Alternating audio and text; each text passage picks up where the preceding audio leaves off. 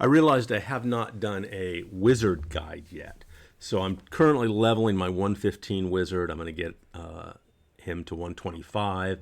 I'll probably try and put some AAs on him. And that's going to take me a few weeks. In the meantime, I thought it would be fun to mess around with a level 100 heroic wizard. This is a fresh out of the box heroic. It's nice when they give you a mercenary now. It's a journeyman mercenary. I didn't have to go get this. They just picked it. Got all my basic stuff here. Nothing fancy. And I'm starting to work with the setup. I have melody attack. Obviously, this setup was based on my bard. So when I hit the asterisk, numlock asterisk is my bind key, and numlock dash is my invis key. Getting familiar with the wizard, I realized that unlike a lot of my other classes, the necromancer, you can't just cast whiz while you're moving, or the bard. I mean, invisibility. You have to stop and give it a little bit of time. So we're coming over here.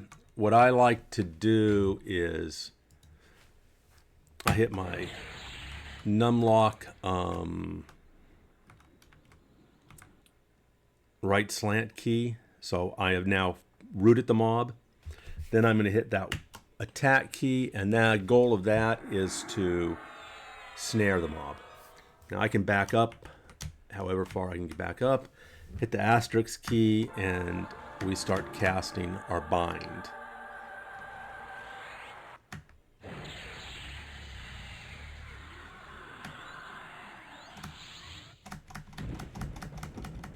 Okay, so he's coming after me. I run forward. And I go ahead and root the guy. As you saw, root sticks pretty well on this heroic mercenary, so I like that.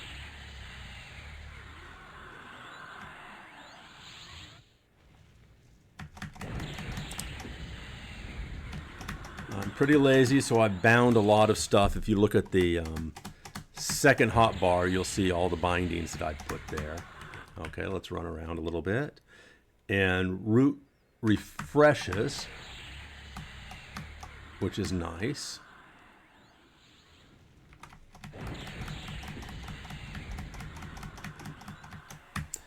And you hear me just tapping that bind key. Don't really have to tap it that fast. I can kind of, but then tap it a second time to trigger my forces.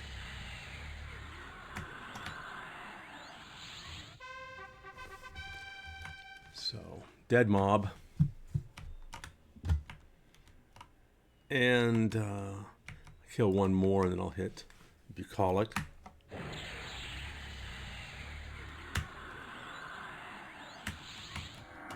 Okay, he's snared. Unfortunately, at level 100, a lot of the cool benefits that have been coming out in a wizard really aren't in play yet. For instance, the mana burn is doing only, 2,000, does about 80,000 points of damage, which is kind of ridiculous. Now, because I'm soloing here, you'll note that my DPS is pretty low. If I was in a group, it would be more like 100k DPS, and if you're messing about with your burns and stuff, it might be more. Okay, so I just keep rooting the mob. He's snared, so this is very easy, very casual, easy peasy. Yellows.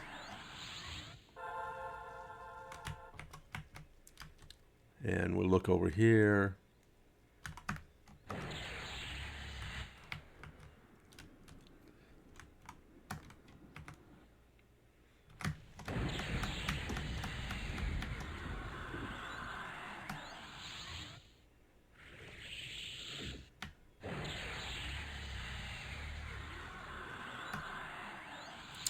This is, I'm most familiar with the necromancer, and I find that soloing the necromancer is the fastest I can go. But wizards are perfectly, able to get out here and solo yellows just as long as you want. Now, one thing I will notice, I use Bucolic Harvest. If I was in a group, I might go with Gambit. But because I'm running around and root is breaking and stuff, I'm not always able to get the 4 spells off in time that you need to do when you're using Gambit.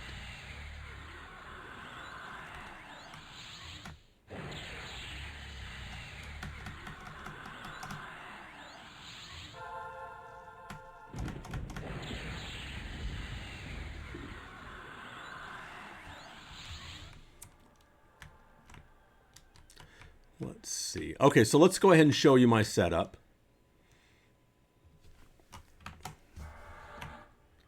And there's a lot of ways to do a heroic wizard. This is mine. And it's also going to be a foreshadow of how I set up my level 125 wizard once I get going. I'll probably break things out a little bit more. But for the heroic, I wasn't too worried. So obviously we've got our attack key. I showed you that earlier. These are the spells that I have lined up. Twin Cast, Claw, Incandescence, Fire, which is less mana and it's a little bit faster than the 95 Ethereal. Hoarfrost and Ethereal Salvo. If I'm in a group and I'm paying attention, I'll look up here. And for instance, here's Focus, and then I will cast the correct Ethereal for whatever I have up. But when I'm kiting like this, I'm not paying as much attention. I know this isn't quite kiting. So I have that. Then I have, I'll hit the 2 key if I have an ice syllabus up. I'll hit the 3 key if I have magic. Anything else, I just ignore it. This is Skull Freeze. Not effective, not useful what I'm doing right now. And then I have Concussive Salvo memorized. I also have the AA, which casts Concussive Salvo. Arcane Whisper. So these are all things to lower aggro. What I'm doing right now obviously doesn't matter. I have the Stun memorized. Bucolic Harvest, though you might want to go with Gambit. They're on the same timer, so you got to pick. And then, of course, cycle NPCs. Force Rejuve, if I want to bring back Harvest or whatever else I have memorized. So I can give myself some mana.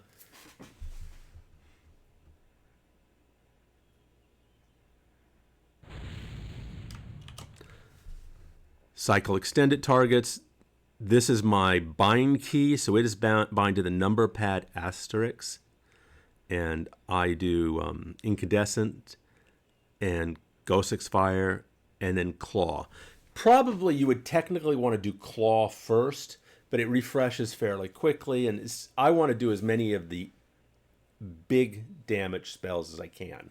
So figure out what setup works for you. The way they've got Force of Flame, Force of Ice, Force of Will, they all go down at once pretty much now. So those are fine. And then here's my burns, which I have thrown, the shorter term burns. Here's my more burn key, Silent Casting, Improved Twin Cast, Arcane Fury, Dimensional Shield, Mana Burn. I don't know why I have that there. Just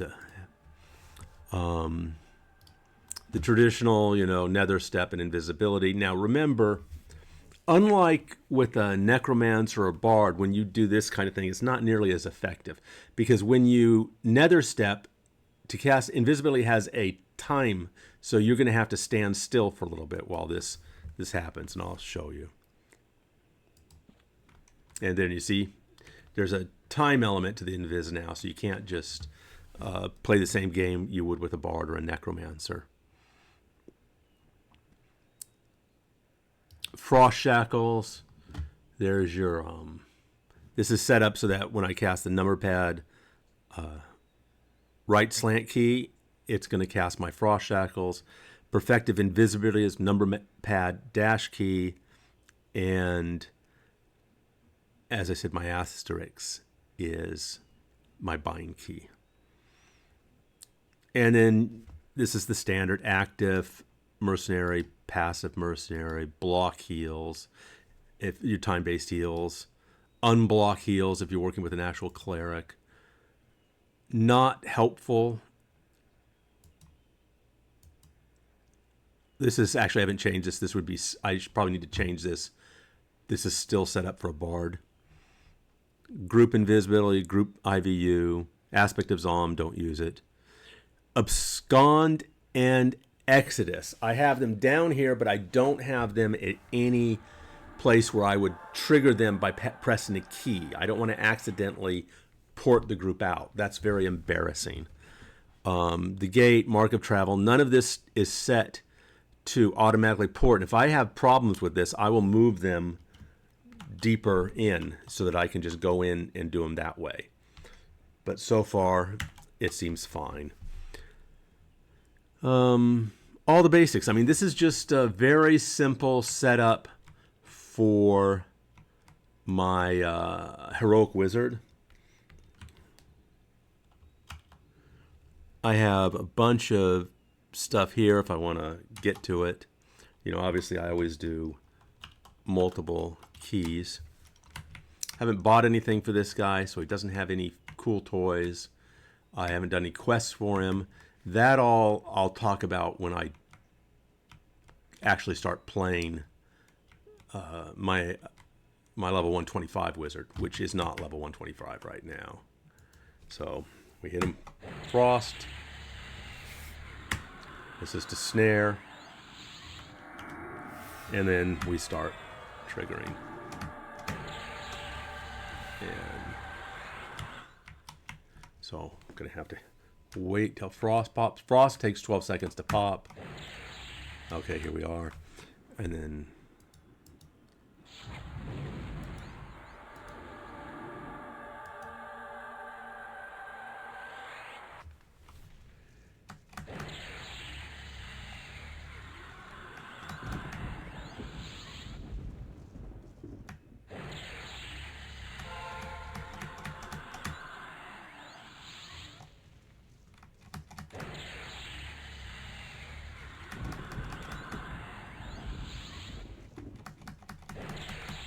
now, because I hit ITC, I really shouldn't have been using Claw.